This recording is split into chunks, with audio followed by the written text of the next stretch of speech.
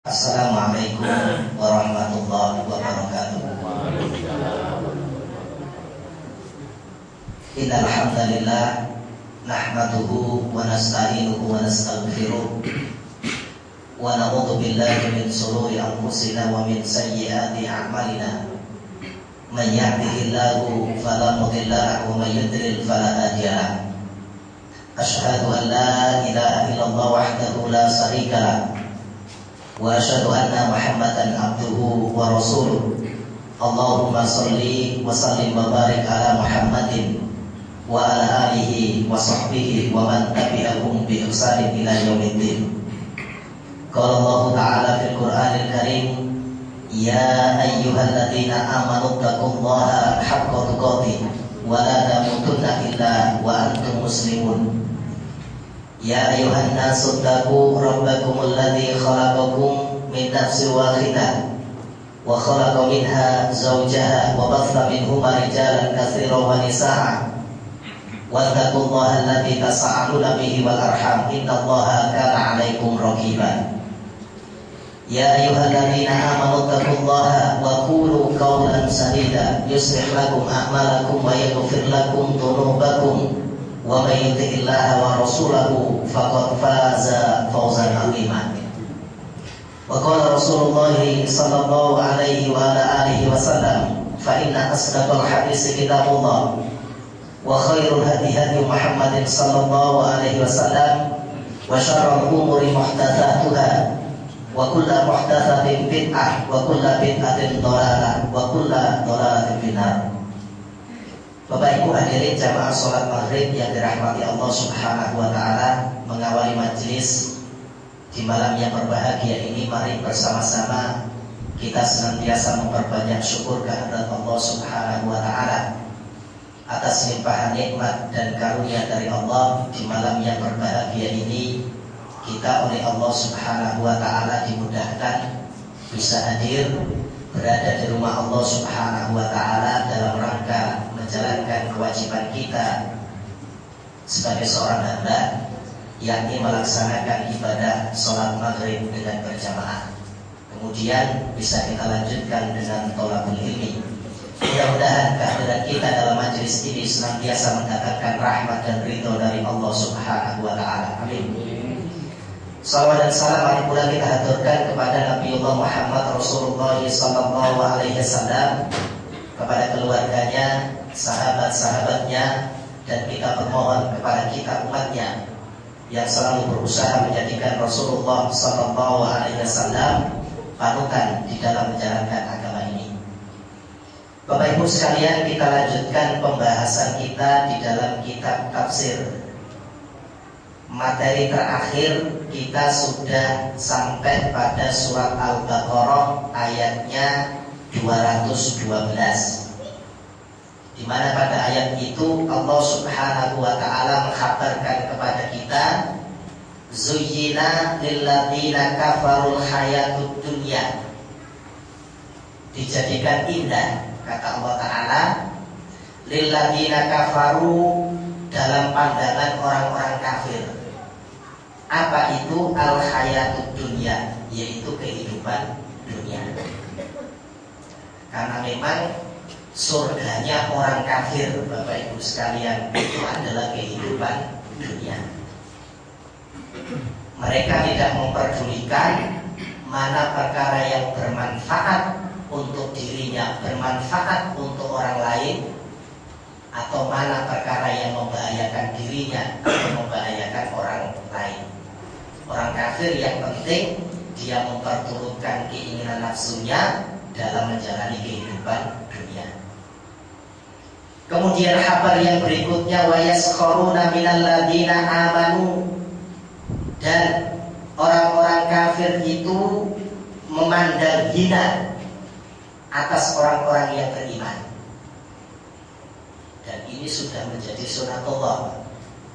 Karena itu setiap kita diwajibkan untuk senantiasa menegakkan dakwah. Dan pasti dakwah itu nanti bakal ada sandungannya. Karena memang orang yang ingkar, orang yang jauh dari aturan-aturan Allah itu selalu memandang hina atas orang-orang yang beriman. Walladzina taqaw fawqahum yaumal qiyamah. Kata Allah Ta'ala, padahal orang-orang yang bertakwa, fawqahum, kedudukan mereka itu lebih mulia yaumal qiyamah, pada hari kiamat nanti. Walaupun dipandang hina oleh orang-orang yang ingkar, oleh orang-orang yang kafir, tetapi kata Allah Ta'ala, mereka di kehidupan akhirat kedudukannya itu lebih mulia. Wallahu yarzuqu man yasha'u bighairi hisab. Dan Allah Subhanahu wa Ta'ala senantiasa melimpahkan rezekinya kepada siapa yang dikehendaki tanpa batas. Ini kemarin sudah kita jelaskan. Bahkan kemarin sempat kita sampaikan berkaitan dengan kehidupan dunia. Rasulullah SAW dalam satu hadis yang diriwayatkan oleh sahabat Abdullah bin Mas'ud. Hadis ini diriwayatkan oleh Imam Tabrani. Rasulullah bersabda, man asroba qalbahu hubbud dunya al-tato minha bithalathin. Barang siapa yang memenuhi hatinya, memenuhi kalbunya dengan kecintaan terhadap dunia, maka dia bakal menghadapi 3 hal. Saqain la yanfadu anahu, yaitu kelelahan, keletihan yang tidak pernah habis. Kenyataannya demikian. Bahkan Rasul saya mengatakan kalau anak manusia ini, keturunan Adam ini diberikan emas sebanyak gunung Uhud, maka manusia itu menginginkan emas sebanyak 2 gunung Uhud. Tidak pernah habis, letih yang selalu menyertai dia. Wa kharsin la yablughu ghinahu. Di samping keletihan tadi, keinginan atas tujuan tadi itu tidak akan pernah dia capek. Jadi betul-betul dia menghadapi satu penderitaan yang luar biasa. Wa amilin la yablughu muntahahu, angan-angan yang tidak pernah dia peroleh. Itu 3 hal yang bakal diperoleh atas orang-orang yang mengisi kalbunya dengan kecintaan terhadap dunia. Orang yang beriman tidak diharapkan keadaannya seperti ini. Kemudian ayat yang berikutnya Allah Subhanahu wa Ta'ala menjelaskan dalam surat Al-Baqarah ayat 213. Kana nasu ummatan wahidatan. Kata Allah Ta'ala, adalah manusia ini merupakan umat yang satu. Jadi penciptaan kita ini Bapak Ibu sekalian, dahulunya ini satu. Satu dalam fitrah, satu dalam syariat, sebagaimana yang diinginkan oleh Allah Ta'ala. Hadis yang kemarin kita sampaikan, yaitu bersumber dari sahabat Abdullah bin Abbas radhiyallahu an. Hadis ini memenuhi syaratnya Imam Bukhari. Rasulullah SAW bersabda, kana baina Nuhin wa Adam asaratu qurunin kulluhum ala syari'atin minal haq. Kata Rasulullah, antara Nabiullah Adam dengan Nabi Nuh alaihissalam itu ada 10 abad, kurang lebih 1000 tahun. Kulluhum ala syari'atin minal haq, semuanya berada di atas syariat yang benar. Dimulai zamannya Nabiullah Adam diciptakan oleh Allah Ta'ala, kemudian dijadikan sebagai khalifah di atas permukaan bumi, hingga masanya Nabiullah Nuh alaihissalam, keadaan manusia itu masih satu. Fakhtalafu, kemudian terjadi perselisihan, mulai ada penyimpangan. Menurut penjelasan hadis yang lain, penyimpangan yang terjadi itu adalah berkaitan dengan penyembahan manusia kepada selain Allah. Itu terbukti di dalam surat Nuh. Allah Subhanahu wa ta'ala mengingatkan kita, katanya kaumnya Nabi Nuh, jangan kalian meninggalkan sesembahan kalian. Jangan kalian meninggalkan Wat, jangan kalian meninggalkan Suwana, Ya'uqa, wa Nasra, dan seterusnya. Itu adalah fakhtalafu, terjadinya perselisihan, terjadinya penyimpangan yang ada pada umat manusia. Awalnya satu, Bapak Ibu sekalian. Faba'asallahu nabiyyina mubassirina wa mundhirin. Kemudian Allah Subhanahu wa ta'ala mengutus kepada manusia setelah terjadi perselisihan tadi, setelah terjadi penyimpangan tadi, yaitu para nabi yang tugas mereka adalah mubasyirina wa mundhirin, menyampaikan kabar gembira bagi siapa? Bagi orang-orang yang taat menjalankan perintah Allah. Diberikan kabar, Pak.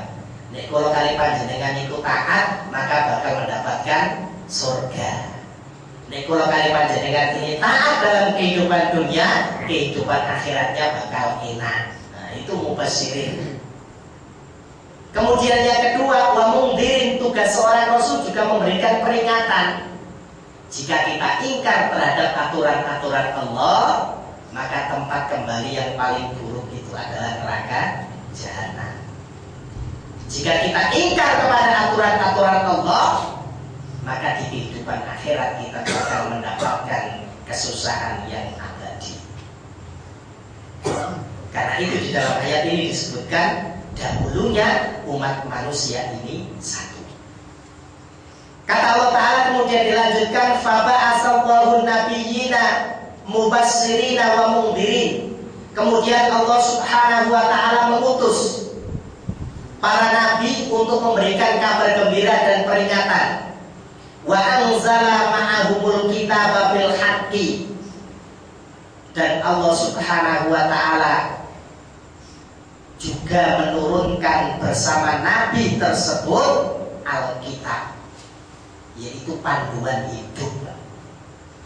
Kita masih ingat zamannya Nabiullah Daud, kita mengenal kitab yang diturunkan Allah adalah kitab Zabur.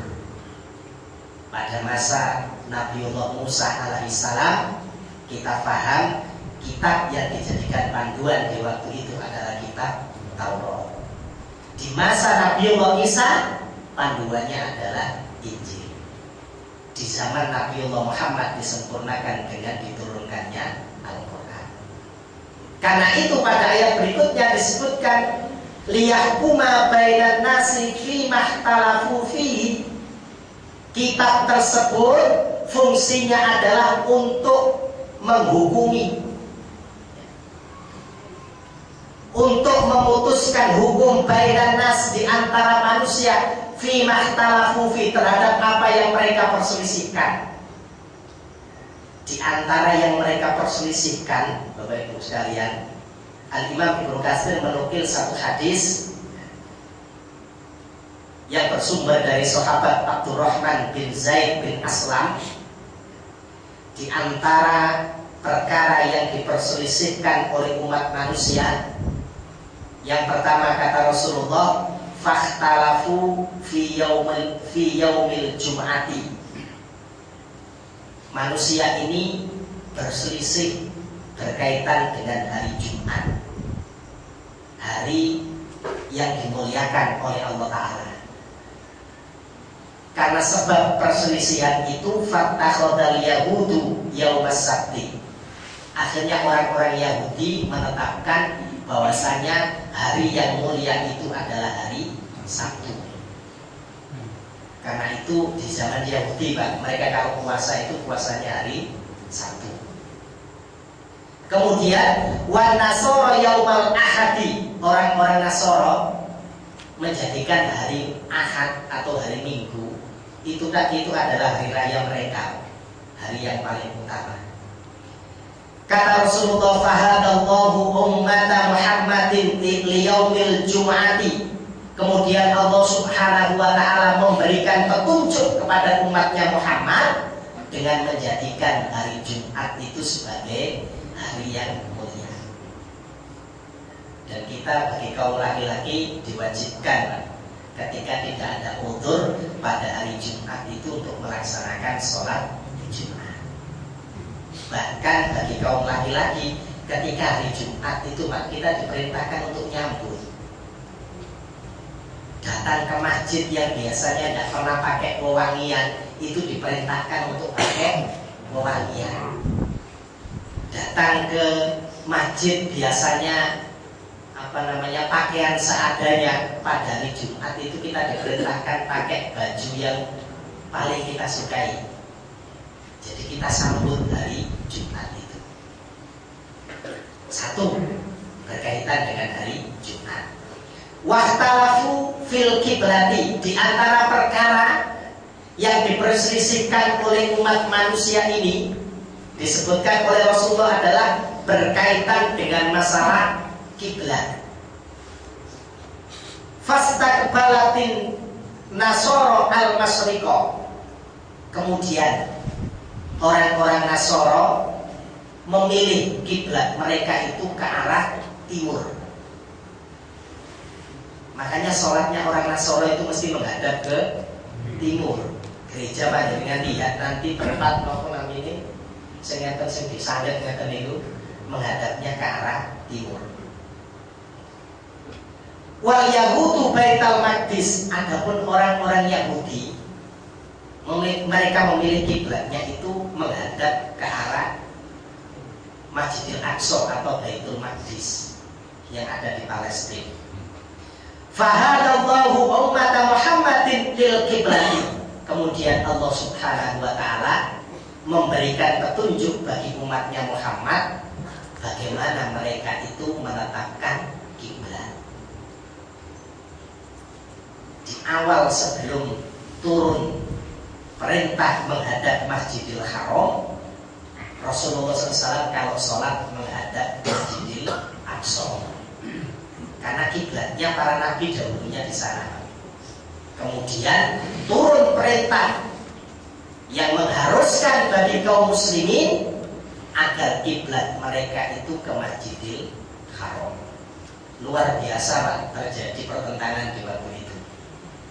Jadi Rasulullah SAW waktu itu mengajarkan sholat asar, kemudian turun ayat berkaitan dengan kiblat.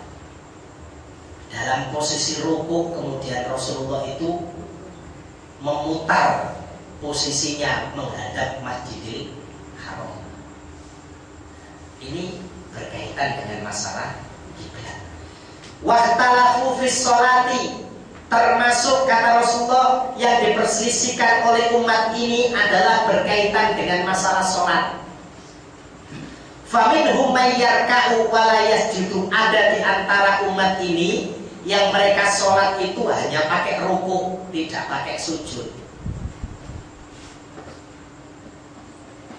Wa minhum may yasjudu wa la yarka'u, ada pula di antara umat ini yang mereka itu sujud tidak pakai rukuk. Makanya banyak cerita dari jamaah haji kita, kalau melihat orang sholat di Masjidil Haram itu katanya macam-macam modelnya. Iya. Ono sing wis boten karo-karuan, akhirnya justru menimbulkan kebingungan, kadang-kadang begitu.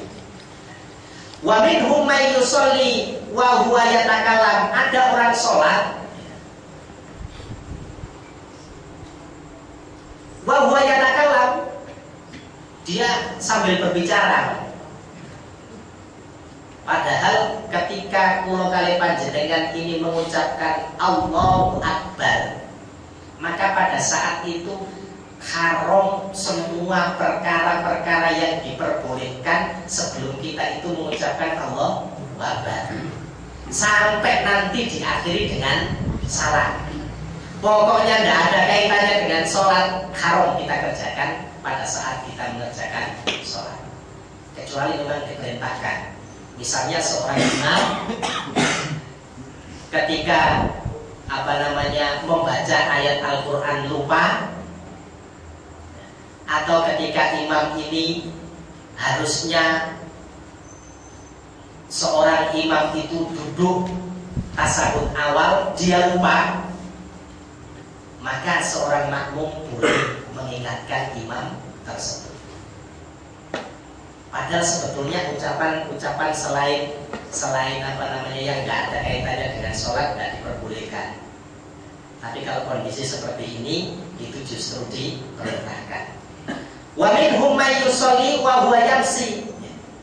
Ada pula di antara manusia itu yang sholat sambil berjalan.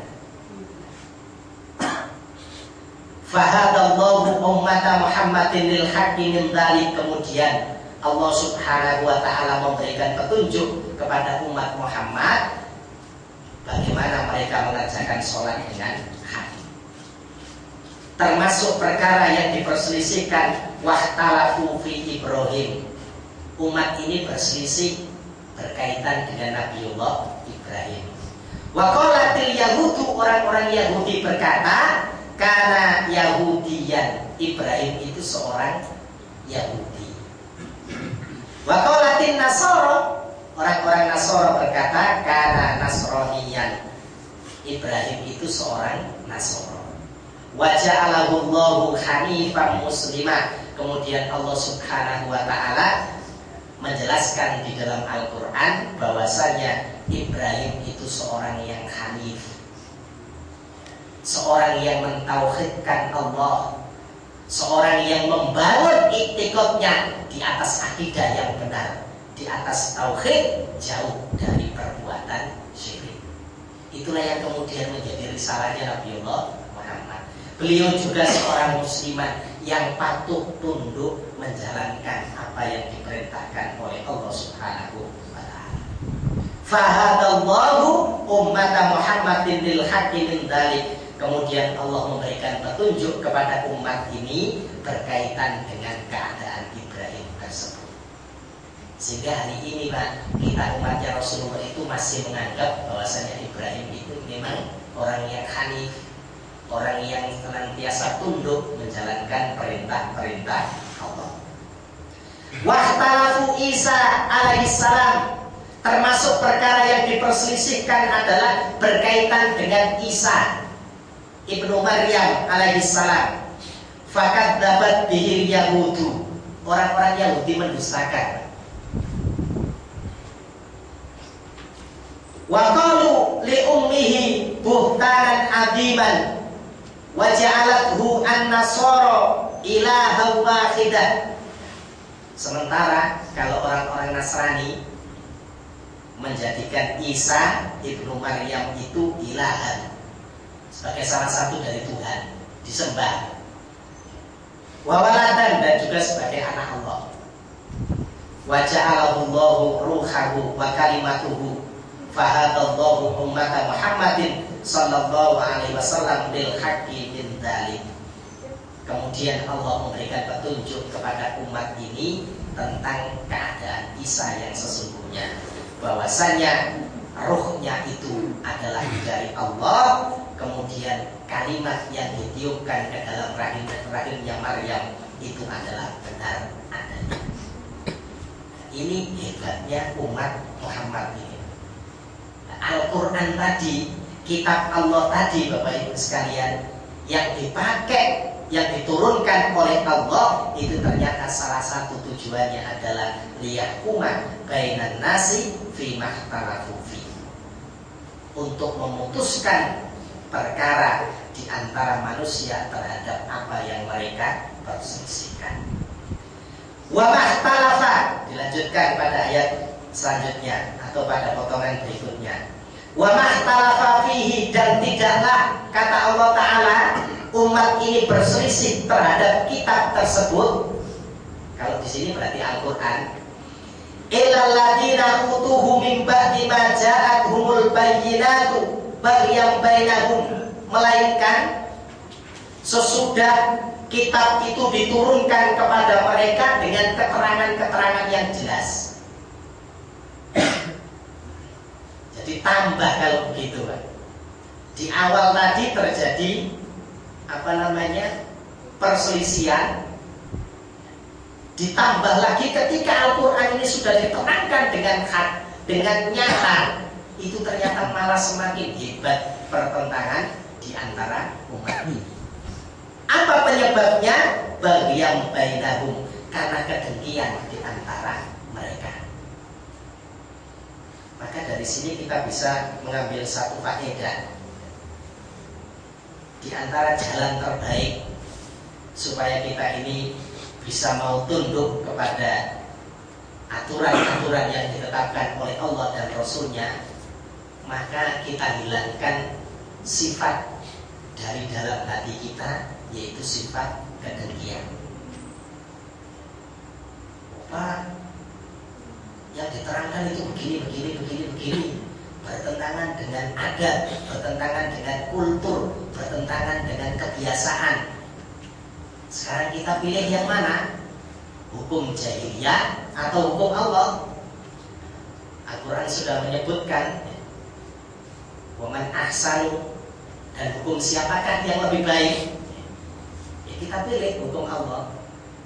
Selama kultur, adat istiadat, kebiasaan itu tidak bertentangan dengan aturan-aturan yang sudah ditetapkan oleh Allah, kita ambil. Tapi kalau sudah bertentangan, ya kita jangan melanggar hal tersebut.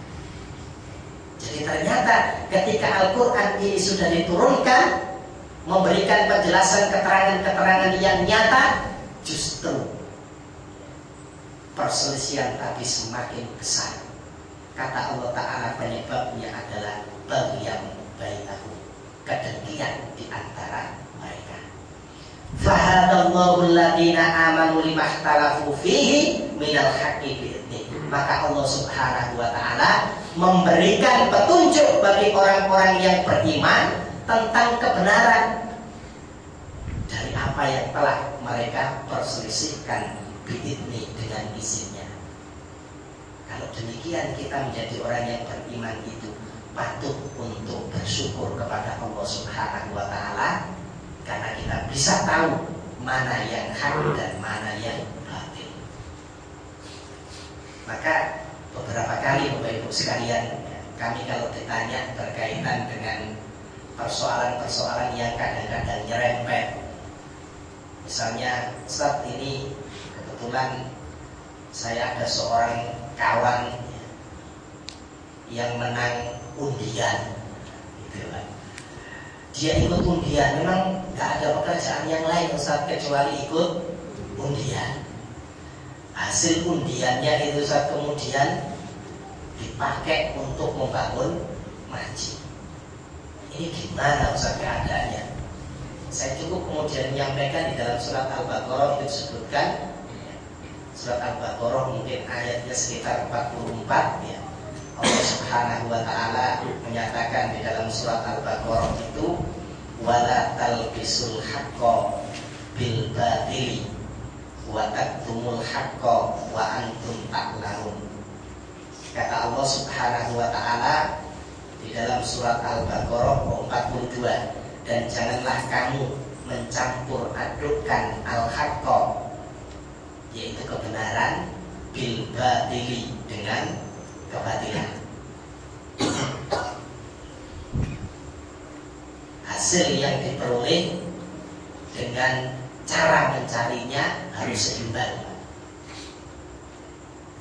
Tidak boleh orang itu mencari dari jalan yang batil kemudian dipakai untuk perkara yang benar. Tidak ketemu nanti. Maka harta yang kita miliki, harta yang kita peroleh, cara mencarinya harus dari jalan yang hak. Kemudian kalau kita mau memberikan di jalan Allah, maka caranya juga harus cara yang hak. Itu baru nyambung. Dari usaha yang halal, dari usaha yang diperintahkan, kita dapat hasil kemudian dipakai sedekah. 5.000, 2.000 atau 10.000, Allah Ta'ala janjikan di dalam surat Al-Baqarah, ayatnya 261, mathalul ladina yunfikuna amwalahum fi sabilillah kamasali habban. Jelas Pak. Berarti cara mencarinya benar, kemudian dibelanjakan pada jalan yang benar. Masalul ladina, perumpamaan orang-orang yunfikuna yang menginfakkan harta mereka di jalan Allah, kamasali habban, seperti orang yang menabur biji, orang yang menanam biji. Ambatat sab'a sanabila, biji itu menumbuhkan tumbuh-tumbuhan, yang pada tumbuh-tumbuhan itu ada 7 dahan. Fi kulli sumpulatin mi'atu habba, masing-masing dahan itu ada 100 biji. Wallahu yudha'ifu liman yasha, dan Allah Subhanahu wa taala bakal melipat gandakan hasil usaha yang telah dia kerjakan tadi bagi siapa yang dikehendaki. Itu kalau caranya benar, dibelanjakan ke jalan yang benar. Ini harus sinkron Bapak Ibu sekalian. Makanya kita harus beruntung bersyukur menjadi orang yang beriman kepada Allah Subhanahu wa taala. Kemudian kita diberikan petunjuk oleh Allah bisa mengetahui kebenaran. Karena itu di akhir ayat kemudian Allah Subhanahu wa taala menutup, wallahu yahdi may yasha'u ila siratin mustaqim. Dan Allah Subhanahu wa taala memberikan petunjuk bagi siapa yang dikehendaki kepada jalan yang lurus. Para ulama berselisih Pak, maknanya may yasha' ini. Siapa Pak yang dikehendaki oleh Allah? Apakah orang yang duduk di rumah nyantai, tidak pernah datang ke majelis taklim, itu kemudian diberikan petunjuk oleh Allah Ta'ala?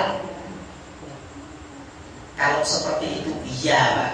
Tidak mungkin Rasulullah SAW di dalam banyak riwayat itu mengajarkan doa kepada kita. Panjenengan hafal insyaallah doa ini. Satu doa yang makthur, yang diajarkan oleh Rasulullah kepada kita. Rasul selalu berdoa, Allahumma arinal haqqa warzuqna tibaa wa arinal batila batila warzuqna ijtinaba. Kalau demikian tidak mungkin orang yang dikehendaki oleh Allah itu duduk santai jagongan di rumah, tidak mungkin. Dibutuhkan orang yang mujahadah, bersungguh-sungguh. Dia memang meminta kepada Allah Ta'ala. Dia mencari sarana agar hidayah tadi datang kepada diri. Allahumma arinal haqqa haqqa, ya Allah, perlihatkan kepada kami, ya Allah, tunjukkan kepada kami, ya Allah, yang benar itu benar.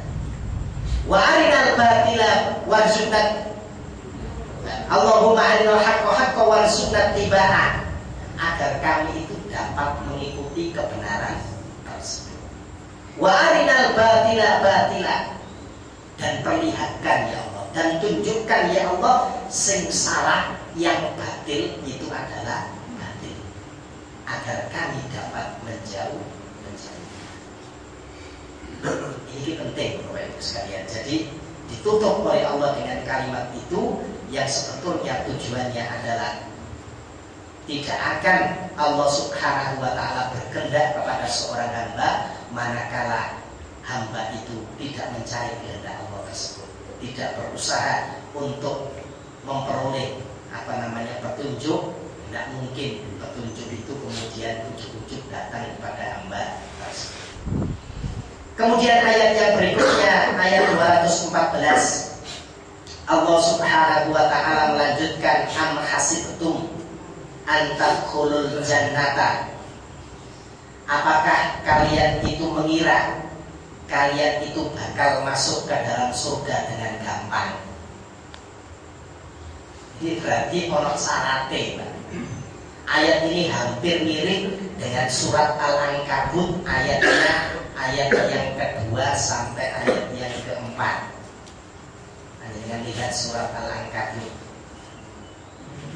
surat yang ke-29, dibaca Mas Walik artinya.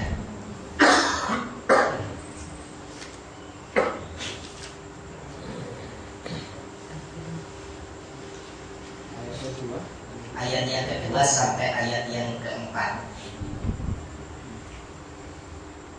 Apakah manusia itu mengira bahwa mereka dibiarkan saja? Mereka mengatakan, kami telah beriman, sedang mereka tidak diuji lagi. Dan sesungguhnya kami telah menguji orang-orang yang sebelum mereka. Maka sesungguhnya Allah mengetahui orang-orang yang benar, dan sesungguhnya Dia mengetahui orang-orang yang dusta. Ataukah orang-orang yang mengerjakan kejahatan itu mengira bahwa mereka akan luput dari azab kami? Amatlah buruk apa yang mereka tetapkan itu. Allah Subhanahu wa ta'ala menjelaskan ayat yang serupa di dalam surat Al-Ankabut ayat yang kedua sampai ayat yang keempat. Ahasiban nasu ayyutraku ayyakulu amanna wa hum la yuftanun. Apakah manusia itu mengira mereka itu dibiarkan saja mengatakan kami beriman ya Allah, wa hum la yuftanun, padahal mereka itu belum diuji. Makanya berdasarkan ayat ini Bapak Ibu sekalian, ujian itu tidak selamanya bentuknya adalah adab. Jadi bencana yang menimpa umat manusia berdasarkan ayat ini bisa dikategorikan tidak selamanya bentuknya itu adab. Ada yang ujian datang, bencana datang semata-mata untuk menguji keimanan manusia. Kita itu prihatin saudara-saudara kita, dan kita bersyukur Pak. Ini yang terbaik untuk kita. Kira-kira ada diuji kayak orang Jakarta Pak. Kalau kali panjenengan paling dinten ngoten nggih. Jakarta itu Masya Allah tidak ada tempat yang tidak tenggelam oleh air. Kemudian ini sudah merembet Pak. Dari Jakarta, wilayah Jawa Barat sudah hampir kena semua Pak. Indramayu sampai jalan di pantai utara itu sudah ambles. Ini sudah mengarah ke Jawa Tengah Pak. Sudah ke Bumen, sudah Semarang, sudah mulai arep nang Jawa Timur gitu. Jawa Timur itu wis dipilih, Jember dipilih Pak. Masya Allah, orang diuji oleh Allah itu berat. Bagaimana gini Pak. Jadi kata Allah Ta'ala di dalam ayat ini, apakah gampang kalian itu mengira beriman kepada Allah sebelum kalian itu diuji? Walaqad fatanna alladziina min qablihim, dan sungguh kata Allah, kami telah menguji orang-orang sebelum mereka. Fala ya'lamanna Allahu alladziina shadaqu wa la ya'lamanna al-kadzibin. Maka Allah Subhanahu wa ta'ala dengan ujian itu akan mengetahui siapa di antara mereka yang jujur, yang benar keimanannya, dan siapa di antara mereka yang dusta dalam keimanannya. Apakah ketika ujian itu datang mereka bersabar, atau justru punya prasangka yang jelek kepada Allah Ta'ala? Karena ada cerita, saya kemarin ada tamu datang, kebetulan ngobrol, kemudian salah satu ceritanya, Ustaz, orang Indonesia itu pernah nyoba di Saudi. Kebetulan di Masjidil Haram Pak nyobanya. Saya tak nyoba mencuri, ketahuan enggak? Saya ingin membuktikan Islam itu benar enggak? Ternyata enggak ketahuan. Akhirnya dia justru masuk kepada agama Nasor. Kan menurut keterangan Quran, dua tempat itu betul-betul dijaga oleh Allah Ta'ala. Itu mesti hati-hati Pak. Mencuri saja itu sudah jelek, apalagi mau nyoba. Nah, kalau pas kena beneran Pak, apa dia sanggup lari dari bencana yang didatangkan oleh Allah? Tidak ada yang sanggup. Di Allah Ta'ala sebutkan dalam surat Al-Kabut begitu.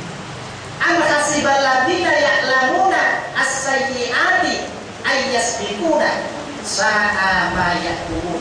Ataukah orang-orang yang selalu mengerjakan perbuatan sayyi'ah, perbuatan keburukan itu menyangka mereka bakal luput dari azab Allah? Tidak. Ada yang ditangguhkan di antara mereka, ada yang disegerakan oleh Allah Ta'ala. Misalnya kalau di Mojokerto yang kemarin disegerakan, apa Pak? Pakai miras oplosan Pak. Ini kumpulan kan teknik benjing pun buatan. Langsung Pak, kejang-kejang berrenteng Pak. Sa'ama yahkumun, kata Allah Ta'ala di dalam ayat ini, sangat buruk apa yang telah mereka tetapkan. Jadi hampir mirip dengan ayat ini. Allah Ta'ala mengingatkan kita, am hasibtum an tadkhulul jannah. Apakah kalian mengira kalian akan mudah masuk ke dalam surga? Walamma ya'tikum masalul ladzina khalau min qablikum. Padahal belum datang kepada kalian satu ujian seperti ujian yang datang kepada orang-orang sebelum mereka. Masathumul ba'sa wa dharra'u wa zulzilu. Kata Allah Ta'ala, orang-orang sebelum kita itu ada yang ditimpa malapetaka. Al-ba'sa itu kelaparan yang berpanjangan, malapetaka yang hebat. Orang-orang dahulu sudah pernah ditimpa seperti itu. Bahkan kaum yang paling kuat yang pernah saya ceritakan, kaum Samud dan kaum Ad, itu mereka kaum yang kuat, diuji dengan kondisi ini. Wadharra'u, dan kesempitan hidup yang luar biasa. Wazulzilu, dan bahkan umat terdahulu itu juga digoncangkan oleh Allah. Hatta yaqula rasul walladzina amanu ma'ahu, sehingga Rasul yang ada di antara mereka yang waktu itu diutus bersama orang-orang yang beriman, mereka berkata, mata nasrullah, kapan pertolongan Allah itu datang? Bilakah pertolongan Allah itu datang? Ala inna nasrullahi qaribun. Kata Allah Ta'ala, ketahuilah sesungguhnya pertolongan Allah itu sangat dekat. Salah satu tafsirannya Imam Ibnu Katsir berkaitan dengan kalimat yang terakhir ini. Beliau menukil satu hadis yang bersumber dari sahabat Khabbab al-Awrad radhiyallahu anhu. Yang hadis ini bolak-balik kita sampaikan. Kata sahabat Khabbab, syakauna ila Rasulillah sallallahu alaihi wasallam wa huwa mutawassitun burdatan lahu fi dinil Ka'bah. Adalah kami, kata sahabat Khabbab, curhat kepada Rasulullah SAW, mengadu kepada Rasulullah SAW atas penderitaan yang kami hadapi. Para ulama menyebutkan hadis ini berkaitan dengan awal mula Islam ini disiarkan oleh Rasul. Waktu kami mengadu, waktu kami curhat, Rasulullah SAW itu sedang bersandar di bawah Ka'bah dengan menggunakan surbannya. Fakulna, maka kami sahabat mengatakan, ala tastansirulana, ala tadulana. Ya Rasulullah, tidakkah engkau menolong kami? Tidakkah engkau mendoakan kami kepada Allah Subhanahu wa Ta'ala? Karena kita mafhum Bapak Ibu sekalian, di awal permulaan Islam, kaum muslimin itu menghadapi satu penindasan yang sangat berat. Bapak Ibu sekalian tentu masih ingat bagaimana musibah atau penderitaan yang dihadapi oleh sahabat Bilal bin Rabah atau sahabat Yasir. Sahabat Bilal itu ditindih tubuhnya dengan batu di tengah padang pasir yang sangat panas, sampai tidak ada lagi kekuatan pada dirinya. Dia pasrah dengan mengucapkan kalimat ahad. Ketika dalam penyiksaan seperti itu, kemudian lewat sahabat Abu Bakar, Maka kemudian sahabat Bilal dimerdekakan oleh sahabat Abu Bakar. Keluarga Yasir seperti itu juga. Nah, penderitaan itu disampaikan oleh para sahabat. Salah satunya adalah Khabbab bin Al-Awwam kepada Rasulullah SAW. Fakola, maka Rasul kemudian menjawab dengan memberikan motivasi, dengan memberikan semangat, dengan memompa semangat sahabatnya. Rasul bersabda, "Qad kana man qablakum yuqadur rajul fayughfar lahu fil ardi fayaj'alu fiha." Kata Rasulullah, sungguh orang-orang sebelum kalian tatkala mempertahankan agama mereka, tatkala mempertahankan keyakinan mereka, ada di antara mereka itu yang ditanam hidup-hidup di dalam tanah, disisakan sampai lehernya. Sumayuk ibil minsar, kemudian diambilkan gergaji. Gergaji itu diletakkan di atas kepalanya, fayuj alunismaini, terbelah kepala itu jadi dua. Ini orang dahulu ketika mempertahankan iman. Wayum satu bi'amsatil hadid, ada pula di antara orang-orang terdahulu yang mereka itu tubuhnya disisir dengan sisir yang terbuat dari besi. Maduna lahmihi wa abnihi, terkelupas daging itu, kelihatan tulang belulangnya kan. Ini ujian umat-umat terdahulu. Ma yasudduhu dzalika an dini, kata Rasulullah, ujian penderitaan yang hebat seperti itu ternyata tidak menyebabkan iman itu lepas dari dada-dada mereka. Wallahu la yatimanallahu hadzal amra hatta yasiru raqibu min sun'a'a ila hadraul maut. Kata Rasulullah SAW, demi Allah, Allah Subhanahu wa ta'ala bakal memuliakan agama ini. Saking mulianya agama ini sehingga ada orang yang berkendaraan dari Son'a menuju Hadraul Maut, satu kota yang ada di Yaman, membawa banyak perbekalan, membawa banyak perhiasan. Layak fokus, mereka itu tidak takut sedikit pun, illallah, kecuali hanya kepada Allah. Artinya aman apa yang mereka bawa. Wadrabah ala ghanami, dan kalau ada kambing berjalan bareng dengan serigala, maka kambingnya itu juga merasa aman. Berarti saking mulianya agama ini. Kapan itu terjadi, Pak? Di zaman 3 generasi awal dari umat. Zamannya Rasulullah, zamannya tabi'in, sampai tabi'in. Itu pernah terjadi. Kata Rasulullah, walakinnakum tastajilun, sayangnya kalian terlalu tergesa-gesa terhadap kemuliaan atau pertarungan yang dikatakan oleh. Ini salah satu dalil yang disampaikan oleh Imam Ibnu Katsir yang berkaitan dengan memberikan penjelasan bahwasannya keimanan yang ada pada diri kita, keinginan untuk mendapatkan surga Allah itu betul-betul akan menghadapi batu sandungan, betul-betul bakal menghadapi ujian yang kita harus siap sebelumnya, supaya nanti benar-benar perintah Allah itu diberikan kepada. Demikian Bapak Ibu sekalian, beberapa ayat yang kita bacakan sekaligus penjelasan para ulama tentang ayat ini. Mudah-mudahan apa yang kita sampaikan bermanfaat, kita mampu mengambil pelajaran dan ilmunya. Kurang lebihnya mohon maaf. Billahi taufiq wal hidayah. Assalamualaikum warahmatullahi wabarakatuh. Monggo pertanyaan.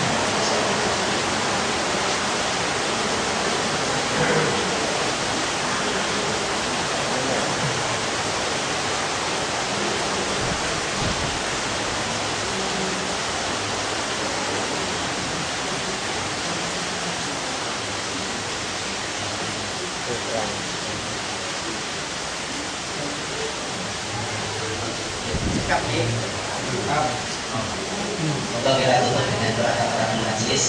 Subhanakallahumma wa bihamdika asyhadu an la ilaha illa anta astaghfiruka wa atubu ilaik. Wa akhiru da'wana alhamdulillahi rabbil alamin. Assalamualaikum warahmatullahi wabarakatuh.